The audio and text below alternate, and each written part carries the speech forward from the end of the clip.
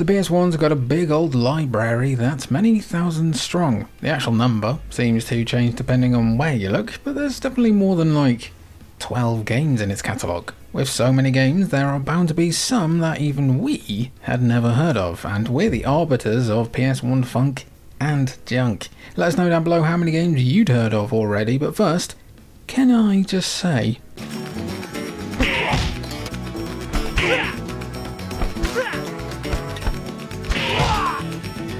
I genuinely thought I'd heard of every fighting game on the PS1, but somehow never knew of this one, especially from a publisher in their glory years. Kensei Sacred Fist is Konami's forgotten punt at a Tekken rival. There's grounded hand-to-hand combat, no weapons, no fireballs, just meaty strikes and footsies. That's a thing, right? It dropped in 1998 when every publisher wanted a slice of that delicious 3D fighter pie, and while it isn't secretly a masterpiece, it's alright. Yeah, movement's snappy, sidesteps are reliable, and the hit stop gives punches that satisfying thud. It's not very flashy though, and that's really where it struggled to stand out, especially in the late 90s. Where Kensei falls down is its identity, really. The roster is a mix of archetypes without many memorable hooks. I mean, it's got the world's first Vampiro clone, so that's something, I guess. The stages are pretty much boxes, and the presentation feels like it wandered in from a budget game. And why did I say that? Budget?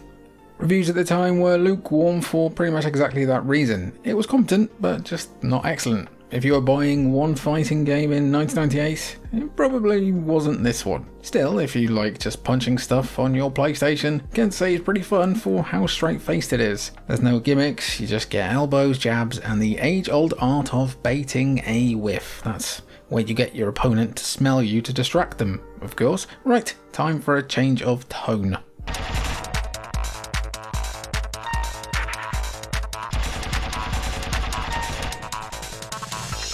Also released for the 3DO and Saturn, such an interesting variety of platforms for this one. This is a very forgotten 1996 side-scroller from Arc Developments, where you play as a rock star trying to reclaim his beloved guitar from a devilish suit called Mr. L.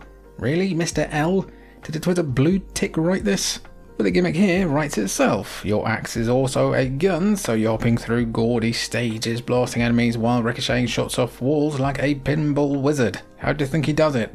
I don't know. On paper it sounds kinda neat, but it's actually not. Johnny's movement is floaty, collision can be slippery, and enemy placement loves to be a bit cheap. You can angle shots to hit switches and secrets, which is smart and pretty cool, but the level design doesn't make the most of it overall. Instead of traditional sprite work, the characters are all pre-rendered 3D models flattened onto a 2D plane, giving everything that plasticky kind of airbrushed sheen. It's like Donkey Kong Country, but done at home in your garage. The soundtrack leans into twangy rock pastiche, which is fun for a few minutes, then it loops and you realise you're stuck listening to some bastard child of elevator and lounge music. There's little sense of escalation beyond more, and the boss fights are more attrition than anything else. Still, as a relic of that time where every publisher wanted a mascot with attitude and cowabunga and so on, Johnny Bazooka Tone is kind of interesting enough to check out. What's the next game? Brain?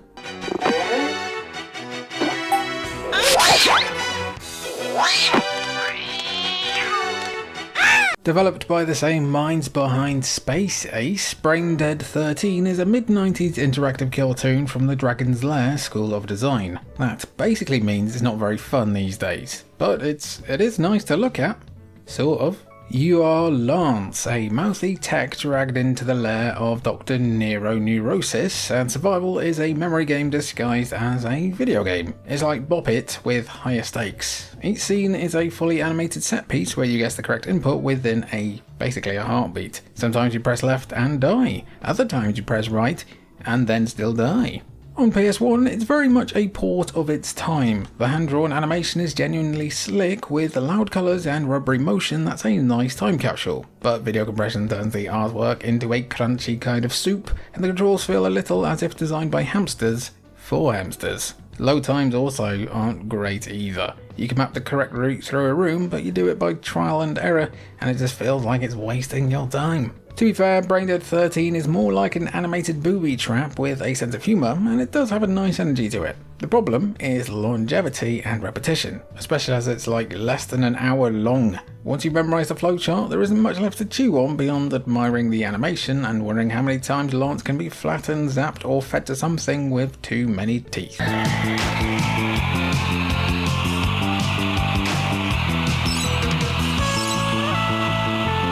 So, you know those bargain bin PS1 races that all look like they were built from the same bits and bobs? Turns out some of them literally were. You see, right, Rascal Racers, Miracle Space Race, ATV Racers and XS Airboat Racing are essentially carved up from Merlin Racing, a really bad kart racer built for Nuon. You know, Nuon. Everybody know and love Nuon. It's the games in your DVD player tech that Samsung and Toshiba pushed about in around about 2000. Nuon got a tiny handful of titles, Merlin Racing Universe among them. Later, chunks of that game were repackaged on PS1 as separate themed races. Merlin Racing itself is Mario Kart by way of Maiden and Afternoon via Net Eurose, but not completely awful. It had some colourful tracks, chunky karts, multiple vehicle types, and a surprisingly clean frame rate for a DVD player game. The PS1 quadrilogy, I guess is what you could call it, pares that down into 4 micro-budget releases. There's karts with Rascal Racers, sci-fi pods with Miracle Space Race, airboats for XS Airboat Racing, and quads with ATV Racers. You'll notice reused geometry, UI ideas, and general handling DNA between all of them. It's like a modern AAA game from Ubisoft, chopped up and sold into chunks of DLC. Now, if any name does ring a bell, it's probably Rascal Racers. That one did the rounds on YouTube. Hello, Cadicarus. It became a minor meme for being suspiciously bare bones even by PS1 karting standards. I do remember seeing Miracle Space Race a few times though, and I only remember it because it's always weird to see updated age ratings on PS1 games here in PAL territories. Let's make like a drama channel and caps lock slam our way into the next game. Slam.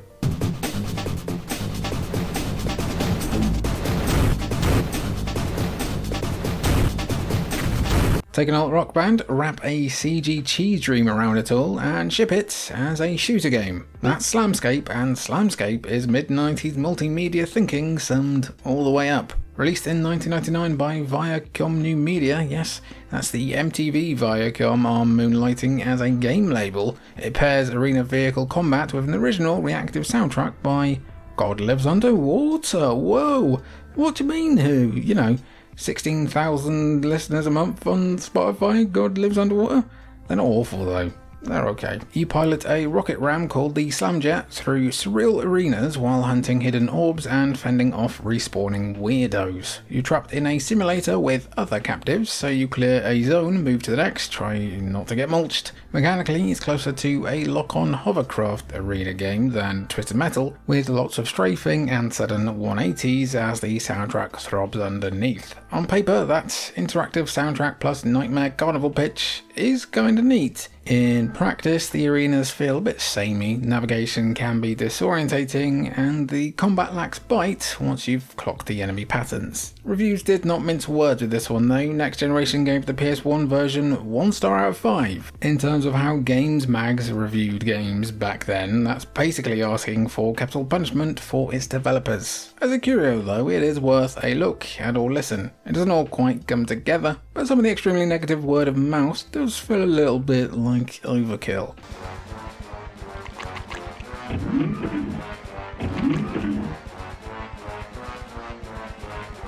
Project Overkill is another weird one from Konami. You see, it was developed not in Tokyo, but by Konami Computer Entertainment Chicago, a short-lived US branch better known for coin-op work. Project Overkill shipped on PS1 in 1996, looked like a chunky isometric Amiga blaster that had wandered onto a 32-bit machine and never quite found the nasty charm that made something like Loaded pop. There was even a Sega Saturn version in the works, but it never saw daylight, which tells you how confident Konami was by the end. The premise is simple: 4 mercs, key cards, corridors, lots of muzzle flash, and a control scheme that maps aiming to the face buttons. For any younger viewers, or like 2% of you who retain your cartilage, you probably can't fathom how annoying that is to actually play. The between generations vibe is strong here in general. There's blood everywhere in that 5th generation cool way, but there's also art and level layouts that could pass for a late Mega Drive demo. Reviews were all over the place at the time. GamePro called it flawed but engaging, which is about right if you like your shooters stubborn and a bit grisly. Electronic Gaming Monthly's panel was pretty much split down the middle. Some dismissed it as another ultra-violent also-ran, while others insisted it was deep and challenging. The recurring complaint was that 4-button aiming turned lining up shots into busy work. It was also just straight up arse. As a curio, Project Overkill is worth a play from your nearest emulation emporium, or even physically for as much as a YouTube premium subscription. Get a load of that guy.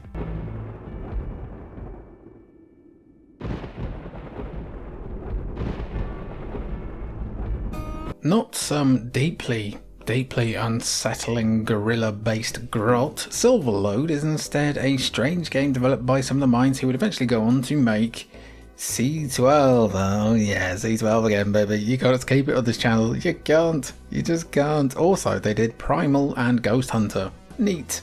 Silverlode is a horror point-and-click adventure originally made for PC in 1995, then ported to PlayStation in 1996, where things got even messier. You play a wandering gunslinger who rolls into a cursed frontier town filled with vampires, werewolves, and a sheriff who looks like he's about to collapse into pixels. On PC it was already clunky, but the PS1 version that they had to heavily change already is notorious for pretty mangled dialogue, glitches, and controls that are like wrestling with wet cardboard. It had a solid hook, and the creepy atmosphere does poke through here and there, but it's the sort of thing where you'll spend 20 minutes fumbling for the right hotspot, only to trigger a cutscene that looks like it fell off the back of a Sega CD. Yeah, it's not great. Critics did not hold back. Official US PlayStation magazine slapped it with a 1.5 out of 5, calling it a sadistic experiment in patience. GameSpot landed at 4.6 out of 10, pointing out the broken interface and ugly beyond words graphics. It is not good, but it is a fascinating point in history. A vampire cowboy game from the people who later made a moody alien shooter for Sony. Vampires and cowboys, by the way. Can't get enough of that. More of it, please. Silverlode is the PS1 at its most stupidly ambitious without the tech or even technical know-how quite being there yet, but if you're enjoying organic libations one evening, if that makes sense, it is a pretty good laugh.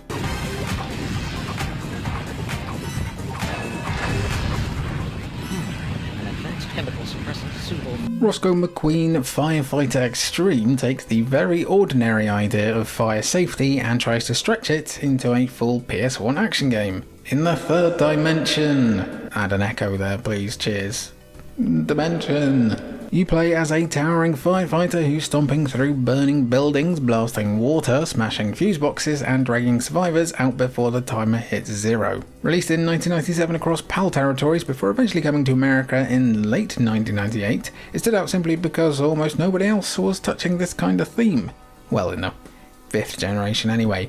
The loop is pretty straightforward really. You put out flames, stop the electrics from cooking you, and keep an eye on civilians so the building doesn't become their doom. You got a hose and extinguisher for the blazes, an axe for brute force, and just enough gadgets to make you feel like you're actually doing a job rather than blindly spraying polygons. It's not a great game, and the cracks do show pretty quickly. The camera fights you in corridors, movement feels a bit floaty considering you're playing as a human fridge, and after a while the missions just start blurring together. It reviewed kinda poorly for a reason. Rosco McQueen is not a hidden gem as such, but as a reminder of how experimental the PS1 library was, it is a fun little time. Hey, speaking of that thing that comes for us all,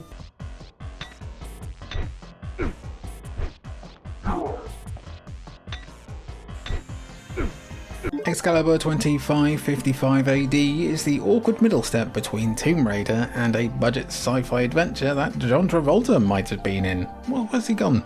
What's John Travolta up to these days? Developed by Tempest Software, it hit PlayStation in 1997, then PC later that year. You play as Beth, who is Merlin's apprentice, who's punted into a dingy futurescape to recover Excalibur from time-nicking goons. This is a 32-bit game doing its very best to look like a revolutionary 32-bit game, but its best is not quite good enough.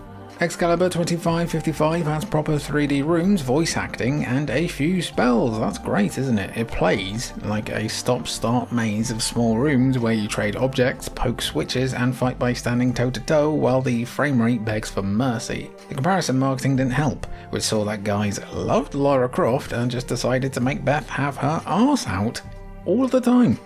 Reviews gave it a right kicking in the arse. IGN went with a 3 out of 10, calling it an adventure in futility, which is funny for them. GameSpot landed at a 3.9 out of 10, which is another annoying score, saying it misses the mark at being either engaging action or interesting puzzler. GamePro scored the graphics a 3 out of 5 and everything else 1.5 out of 5, slating it complete trash, combat, and awful music. As a time capsule where you can see developers being inspired in real time, it's kinda cool. Kinda. Tomb Raider meets King Arthur, but with concrete and arse cheeks, basically. If you're curious, it's short and cheap, so you need to ask Santa for it this year.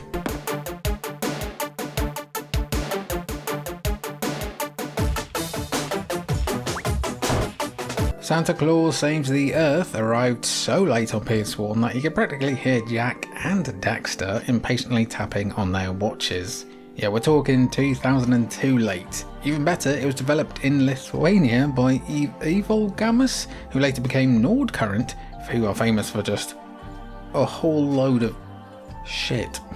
Lithuania's finest exports are basketball legends Amber and Cepelini. Ooh, looks lovely that. Add PS1 Santa game to the list, I guess. This is a side-scrolling platformer where Santa legs it through snowbound levels, collecting keys, bouncing on platforms, and swatting grumpy toys. You've seen this template 100 times, but this is the knockoff selection box version. Sprites are big, animations are basic in the sense that sometimes you just glide along, and the music loops like a shopping centre on Christmas Eve, or your dad telling your mum he definitely won't drink this time. Definitely won't. Mechanically, it's fine the way a pot noodle is food. Jumps feel floaty and hitboxes are iffy, but it definitely does function. The biggest talking point is honestly the timing. Dropping a Christmas game on PS1 after PS2, GameCube and Xbox had already moved the conversation on is frankly amazing.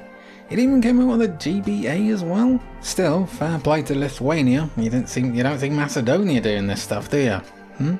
Have you ever heard of liking and subscribing? Help us get to 100k this year and I'll love you forever. I've been Jimmy for Culture Vultures. Those have been some PS1 games that you've probably never heard of. Remember to let me know how many you did actually hear of down below, and it was good to have you. Catch you in the next one.